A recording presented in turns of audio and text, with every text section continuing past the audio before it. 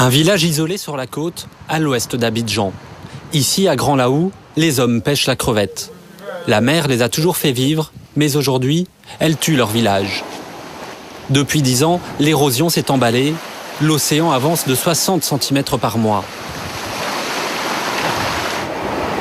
De plus en plus d'eau, de moins en moins de terre, les habitants ne cessent de reculer. Auparavant, on était devant là. Et la mer nous a chassés. Nous sommes venus tout juste ici, où se trouvent les dalles là. Nous habitons là. Et la mer nous renvoie encore. On est maintenant dans les étages. Et la mer nous poursuit encore tout le temps. On ne sait plus où il faut partir. Du temps des colonies, Grand Laou, c'était ça. Un comptoir important, de nombreux commerces et des grandes maisons. Les palmiers sont restés, mais les maisons disparaissent, englouties par l'océan.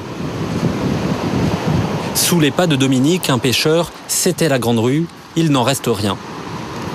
Quant au phare, il faisait la fierté des villageois. À l'époque, il était à 400 mètres du rivage. Le phare n'était pas construit dans l'eau là.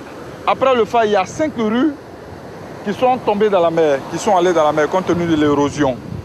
Donc c'est pour vous dire à quel point la mer avance à grands pas. Ces dernières années, à cause de l'érosion, les 3/4 des habitants ont rejoint la grande ville à l'intérieur des terres. Ceux qui restent, comme Dominique, devront bientôt quitter le village et dire adieu à leur mode de vie. On aura des regrets, ça va nous faire mal parce qu'on aura perdu beaucoup de choses, mais on n'a pas le choix. Sous la case traditionnelle, le chef, entouré des anciens. Tous ici tentent de comprendre pourquoi leur village disparaît. Nous, on ne sait pas pourquoi ça monte la mer. Vous voyez, Dieu n'est pas content. Dieu. C'est la sorcellerie. Ouais. La sorcellerie. Africaine. Ouais, la sorcellerie africaine. C'est les fétiches, souvent venus même les trous dans la mer, jeter les canaris, les cérémonies, les bizarres.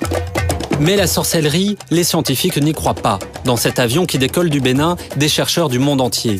Bardés d'électronique, ils découvrent qu'ici, dans le golfe de Guinée, la température de l'eau augmente. Le phénomène aggrave l'érosion. Plus de chaleur égale des moussons plus fortes et des côtes plus fragiles. Autre inquiétude, dans l'Arctique, la fonte des glaces s'accélère. Résultat, le niveau des eaux s'élèvera de 50 cm au moins avant la fin du siècle. Un réchauffement dû aux activités humaines, et ça, Dominique l'a bien compris. Tout le monde est à l'origine, on ne peut pas accuser. Je peux aussi accuser un peu la grande avancée de la science.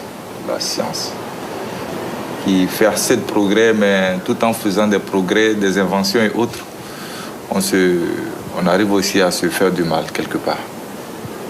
Mais ainsi va le monde. Côte d'Ivoire, Bénin, Togo, Ghana, les villages engloutis se comptent déjà par dizaines sur cette côte d'Afrique.